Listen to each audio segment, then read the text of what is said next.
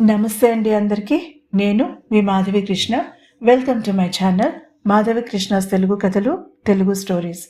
నీ మీద నాకు ధారావాహిక ఎపిసోడ్ 6. దేనికి అడిగాడు ఆశ్చర్యంగా ధ్రువ్. అతని స్వచ్ఛమైన తెలుగులో కొద్దిగా యాస తొంగి చూసింది.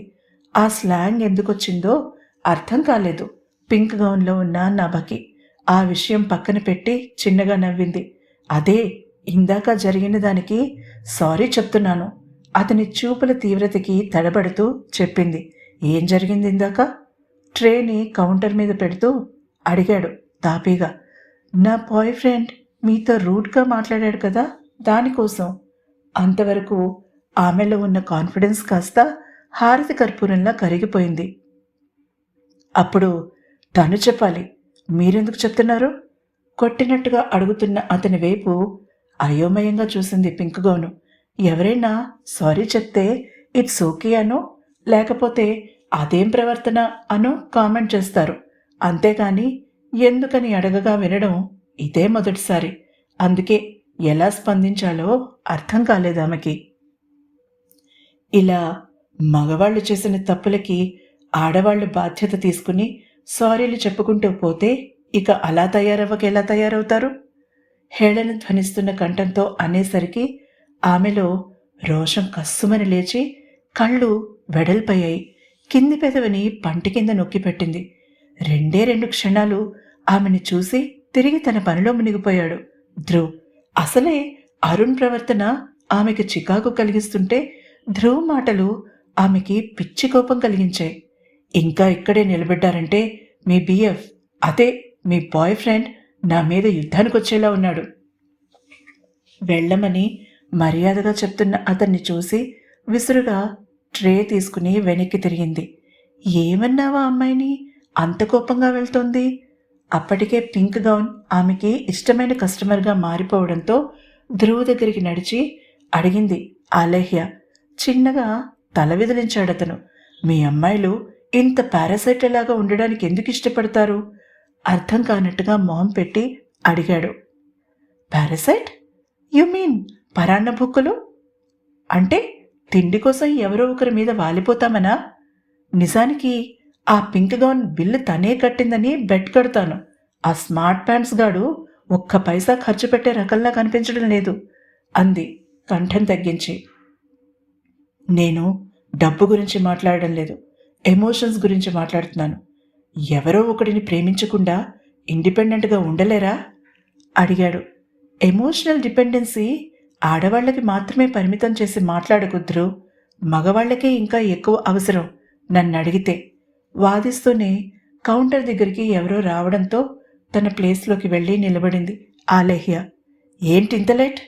కోపంగా అడిగాడు అరుణ్ నభని. కౌంటర్ దగ్గర ధ్రువ్కి నభకి మధ్య ఏదో సంభాషణ జరగడం గమనించాడతను. అసలే ధ్రువ్ మీద పీకల దాకా ఈర్ష్యగా ఉందతనికి. ఇప్పుడు తన ఎదురుగానే తన గర్ల్ ఫ్రెండ్ మరొకడితో, అది కూడా వాడితో మాట్లాడడం అతను అస్సలు భరించలేకపోయాడు. అరుణ్ స్వతహాగా సరదా అయిన మనిషి, సెన్స్ ఆఫ్ హ్యూమర్ ఉంది. అతను నభ ఒకే కంపెనీలో వేరువేరు డిపార్ట్మెంట్స్లో పనిచేస్తున్నారు. 6 నెలల వాళ్ల పరిచయం ప్రేమగా మారడానికి ఎక్కువ సమయం పట్టలేదు. ఇక భవిష్యత్తు గురించి మాట్లాడుకోవడం మొదలుపెట్టారు. ఆ రోజు తనతో ఏదో ముఖ్యమైన విషయం మాట్లాడాలనంటే పనంతా పక్కన పెట్టొచ్చింది.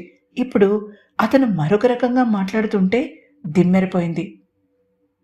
లేటేముంది, వేడి చేసి ఇవ్వాలి కదా. మెల్లగా కూర్చుంటూ కంఠం బాగా తగ్గించి కారణాన్ని ప్రశ్న రూపంలో చెప్పింది. ఏం వేడి చేయాలి, నిన్న ఈ ఎగ్ పఫ్స్నా? కోపంలో నోరు జారాడు అరుణ్. ఆమె కళ్ళు ఆశ్చర్యంతో పెద్దవయ్యాయి. అతను పొసెసివ్ అని ఎప్పుడూ అర్థమైంది ఆమెకి. నిజానికి అతను అలా పొసెసివ్గా ఉండడం నచ్చేది కూడా మొదట్లో. కానీ అది ఇప్పుడు అనుమానంలోకి దింపుతోందా అన్న సందేహం కలిగింది ఆమెకి. అరుణ్, జాగ్రత్తగా మాట్లాడు. ఇక ఉండబట్టలేక చెప్పింది నభ. నేను జాగ్రత్తగా మాట్లాడాలా? మరి నువ్వు నా కళ్ళెదురుగానే ముందుకు వంగి వాడికి నీ అందాలతో కనువిందు చేస్తుంటే నేను చూస్తూ ఊరుకోవాలా అడిగాడు తీక్షణంగా చూస్తూ. అతని చూపు ఎక్కడ ఉందో అర్థమైన ఆమె సిగ్గుతో కుంచుకుపోయింది. అతని మాటలకి అవమానంతో మొహం ఎర్రగా కందిపోయింది. కళ్ళలో నీళ్లు తిరిగాయి. పుట్టి బుద్ధెరిగాక అలాంటి మాటలు ఆమెను ఎవరూ అనలేదు, తనని పెంచి పెద్ద చేసిన పిన్ని బాబాయిలతో సహా. అరుణ్, నువ్వు కోపంలో ఉన్నావు. ఇప్పుడు మనం మాట్లాడుకోవద్దు, వెళ్ళిపోదాం. 2 రోజులు పోయాక మాట్లాడుకుందాం చెప్పి లేవబోయింది. కూర్చో అన్నాడు అరుణ్ సీరియస్గా. ఆమె నిలబడి అయోమయంగా చూసింది అతని వైపు. కూర్చోమన్నాను కదా, కొద్దిగా గట్టిగా అన్నాడు. ఆమె చటుక్కున కూర్చుండిపోయింది. ఆలేహ్య బిజీగా ఉన్నా కానీ ఒక కన్ను ఇటే వేసి ఉంచింది. అతను కొంచెం డిమాండింగ్గా ఉన్నాడని అర్థమైంది. సాధారణంగా భర్తలు భార్యలని ఇలా పబ్లిక్ ప్లేసెస్కి తీసుకువచ్చినప్పుడు అలా డామినేటింగ్గా ఉండడం ఆమె చాలాసార్లు గమనించింది. స్టూడెంట్స్లో అమ్మాయిలు డామినేట్ చేస్తారు, కానీ ఇలా మధ్య మార్గంగా ఉండే జంటల్లో ఎవరు డామినేటింగ్గా ఉంటారో ఆమెకి తెలీదు. బహుశా మనస్తత్వాల్ని బట్టేమో. బిల్ చింపి ఇస్తూ అనుకుంది ఆలేహ్య. వర్షం ఇంకా పడుతూనే ఉండడంతో మెల్లమెల్లగా రష్ తగ్గుతోంది. ఆలేహ్య పిలిచాడు ధ్రువ్. ఆమె వినిపించుకోలేదు. ఆమె చూపు ఆ వింత జంట మీద ఉంది. ఆలేహ్య గద్దించాడు ధ్రువ్. హా? ఉలిక్కిపడి అతని వైపు తిరిగింది. బిజినెస్లో మొదటి రూల్, కస్టమర్స్ వ్యక్తిగత విషయాలలో మనం తలదూర్చకూడదు. బీ ప్రొఫెషనల్ హెచ్చరించాడు. ఆమె బుద్ధిగా తల ఊపింది. ఇక నువ్వు బయలుదేరు, అమ్మమ్మ కంగారు పడుతూ ఉంటారు అన్నాడు ధ్రువ్. అతని చూపు కూడా ఆ జంట మీదే ఉండడం గమనించిన ఆలేహ్య చిన్నగా నవ్వుకుంది. సుమారుగా 8 గంటలుగా అతనితో కలిసి పనిచేస్తోంది. అతని మనస్తత్వాన్ని బాగానే గ్రహించింది. అతను కూడా ఆ స్మార్ట్ అగ్లీ ప్యాంట్స్ నుంచి సమస్యని ఊహిస్తున్నాడన్నమాట అనుకుంది. వాళ్ళు వెళ్ళగానే వెళ్ళిపోతా ప్లీజ్, 2 చేతులు కలిపి జోడించి బ్రతిమాలింది. అతను చిన్నగా తల విదిలించి లోపలికి వెళ్ళాడు. అప్పుడు జరిగింది ఆ సంఘటన. అన్ని టేబుల్స్ ఖాళీ అయ్యాయి, వాళ్ల టేబుల్ తప్ప. వచ్చి పార్సల్ తీసుకువెళ్తున్న వాళ్ళు కూడా ఎవరూ లేరు. అరుణ్ ప్లీజ్, మనం తర్వాత మాట్లాడుకుందాం, లీవ్ మీ అలోన్ సహనంగా చెప్పింది నభ. ఆమె చేతివేళ్లు టకటక మెసేజ్ టైప్ చేసి సెండ్ని ప్రెస్ చేశాయి. ఆలేహ్య మ్యూజిక్ వాల్యూమ్ కొద్దిగా తగ్గించింది. ఇప్పుడు వాళ్ల మాటలు స్పష్టంగా వినిపిస్తున్నాయి. ఇప్పుడే మాట్లాడుకుందాం అంటున్నాడు అరుణ్. నువ్వు వెళ్ళు ముందు, రేపు ఆఫీసులో మాట్లాడతాను చెప్పింది మరింత నెమ్మదిగా ఆ అమ్మాయి. ఏ, నేను వెళ్ళగానే వాడితో కులుకుదామనా షార్ప్గా అడిగాడు అరుణ్. ఆమె మాట్లాడలేకపోయింది. అసలు తను చూస్తున్నది తనకి పరిచయం ఉన్న అరుణ్ అవునా కాదా అన్న సందేహం కలిగింది నభకి. అరుణ్, ఇక మన మధ్య ఏమీ లేదు, ఇట్స్ ఓవర్, వెళ్ళిక్కడి నుంచి కోపంగా అంది. వెళ్ళను, యు ఆర్ మైన్, మనం పెళ్లి చేసుకుందాం ఆమెని గట్టిగా పట్టుకుని అన్నాడు. ఇంపాసిబుల్. తన చేతిని వెనక్కి లాక్కోవడానికి ట్రై చేసింది. అతను వదల్లేదు. అప్పుడే ధ్రువ్ లోపల నుంచి వచ్చాడు. అతని చేతిలో ఒక అట్టపెట్టి ఉంది. ఆలహ్య, ఇది అమ్మమ్మ కోసం నీకోసం అంటూ తలెత్తి ఎదురుగా ఉన్న జంటకేసి చూశాడు. ఇక అతని సహనానికి లిమిట్ దాటిపోయింది. విసురుగా అటు నడవబోయాడు. అంతలోనే అద్దాల తలుపులు విసురుగా తెరుచుకున్నాయి. లోపలికి అడుగుపెట్టాడు ఆప్టిమస్ ప్రైమ్ గ్రీకు వీరుడు. ఆలేహ్య కళ్ళు పెద్దవయ్యాయి ఆశ్చర్యంతో. వదులు ఆమెని, వెనక నుంచి కూల్గా చెప్పాడు గ్రీకు వీరుడు.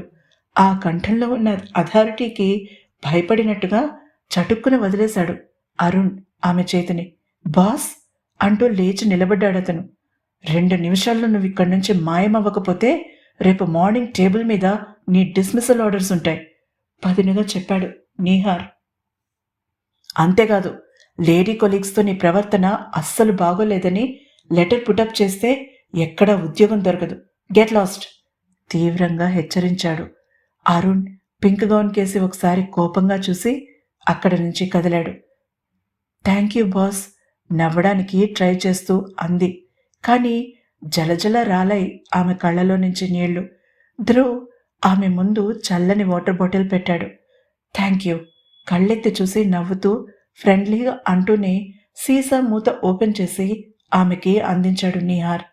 నీకు కంగ్రాట్స్ చెప్తూ బొకే కొందామని ఫ్లోరిస్ట్ దగ్గర ఆగాను. ఇంతలో నీ మెసేజ్ వచ్చింది అన్నాడు కళ్ళలో కన్సర్న్ కనిపిస్తుండగా. ఆమె గటగట సగం సీసాడు నీళ్లు తాగేసింది. కాళ్ళు చేతులు ఇంకా వణుకుతున్నాయి ఆమెకి. అసలు నాకు తెలిసిన అరుణ్ ఇతనేనా అనిపిస్తోంది అంది ఆశ్చర్యంగా. నభా, మన కళ్ళకి కనిపించేదంతా నిజం కాదు. మనుషులు మాస్కులు వేసుకుని తిరుగుతారు. ఆ మాస్కుల వెనుకాల ఏముందో తెలుసుకోగలిగితేనే మనకి మనుగడ. అతను మృదువుగా చెప్పాడు.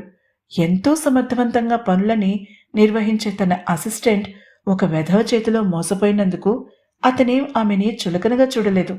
ఆమెలో స్వచ్ఛమైన అమాయకత్వపు తొలిపర విడిపోయినందుకు బాధపడ్డాడు.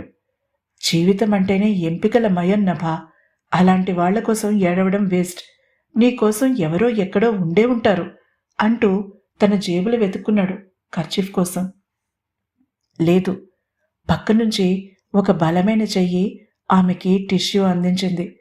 ఆమె అందుకుని కళ్ళు తుడుచుకుంది. ఆ సంబడి మీరు కాదు కదా అంది తడికళ్లతో నవ్వుతూ నభా నీహార్తో.